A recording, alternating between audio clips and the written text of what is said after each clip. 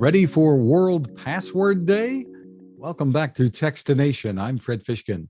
With us from Trend Micro is VP of Global Consumer Education, Lynette Owens. Hi, Lynette. Hi, Fred. It's great to be here. Great to see you again. Now, tell us, first of all, most people might be unaware, perhaps even Hallmark isn't aware. There's a World Password Day. That's correct. And if you think about it, there's probably a day for almost anything that you can think about. But it's a day when we can raise awareness about the importance of good password practices. So what are some of the basics that people should know? I think you have some stats showing that a lot of us aren't doing all that we should. That's correct. I mean, passwords are very important in terms of protecting our online privacy and the security of our personal information. But unfortunately, while for many years now we've tried to educate people that strong passwords are important and changing them frequently are important, only 62.9% of people actually will change their passwords only when prompted to do so, rather than making it a regular habit that they practice. I guess the problem is, speaking for the general public out there, we need passwords for so many things, and trying to remember them is nearly impossible. So what are some of the best solutions for getting around those issues? So we actually would like to encourage people to manage the complexity of so many passwords in their lives by using something like a password manager, because a password manager is a way to simplify that process. Obviously, we're not going to tell people to minimize the number of apps, websites, or games or devices that they choose to use, but because you want to protect what is on those devices and apps and games, you obviously need to be using a password. So a password manager is a way for you to simplify that process where you really only have to remember one thing, and it will help offload the management of those multiple passwords for you. Some people may wonder, well, can I trust a password manager if I'm giving all of my passwords to somebody else?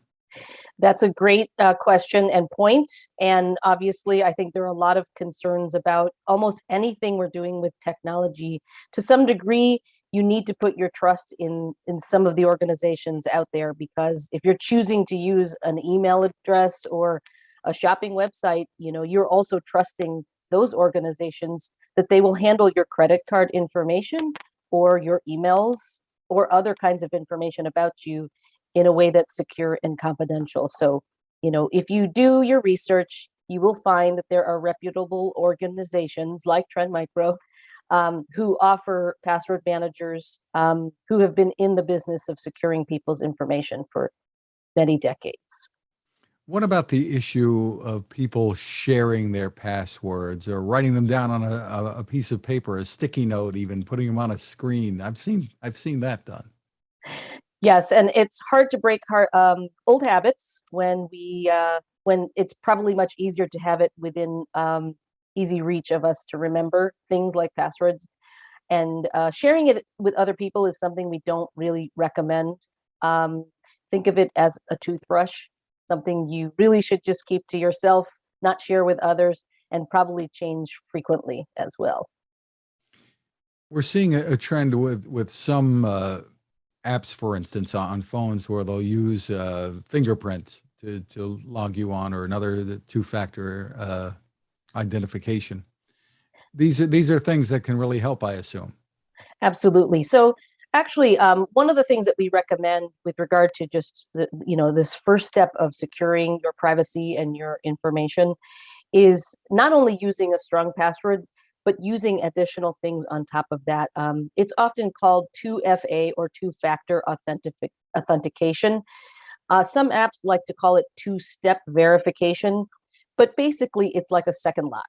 And that second lock could be in the form of a code that is texted to you. So after you enter a password, you then have to enter the code. Or you could use a biometric kind of piece of data like your fingerprint, like your face scan, and so on. So we do recommend that you do use that in concert with passwords and not only use a password.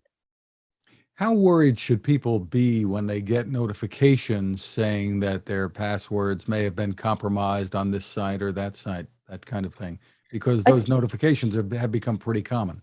they have, and I think there's two things to note about those notifications. Number one, to make sure it's something that has legitimately happened.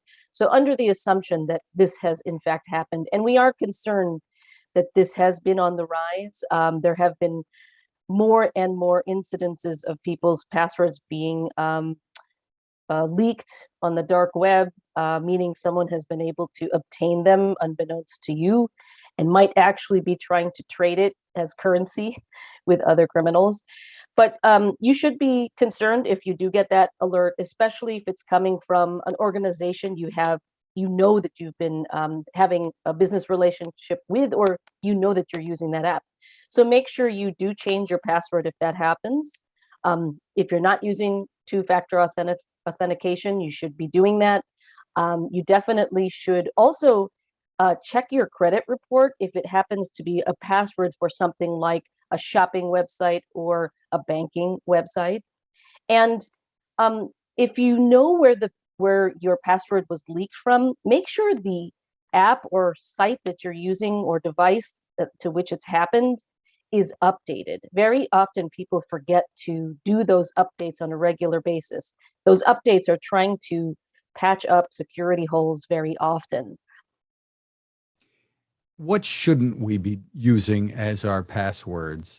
It's a great question. And unfortunately, a lot of people are using the word password. So we definitely recommend not using the word password as a password. It's important not to use any personal information as part of your password. And another thing to stay away from is any words in the dictionary. Cyber criminals already know how to throw every word in the dictionary at an account they may be trying to hack very quickly. So we recommend not using words that you find in the dictionary. We do recommend, however, using the longer the password, the stronger it is. So we do recommend that. Something that we talk to parents a lot about as they teach their children good password habits is to consider a sentence. Make up a sentence that's really easy to remember and use the first letter of each word in the sentence as your password. Throw in a special character, maybe a number, and then change that often, because it will look like an unrecognizable string of characters, but it means something to you because it's actually a sentence that you came up with. Some great advice. And May 5th is the day that the World Password Day is, I guess, celebrated. That's the It right word. is, absolutely. And we recommend that perhaps one way everyone can celebrate that day is to change your passwords. Very good. For more info, is there a place we can go? Absolutely. You can visit us at trendmicro.com to find out more. Lynette Owens, thank you for taking the time with us. Thank you, Fred.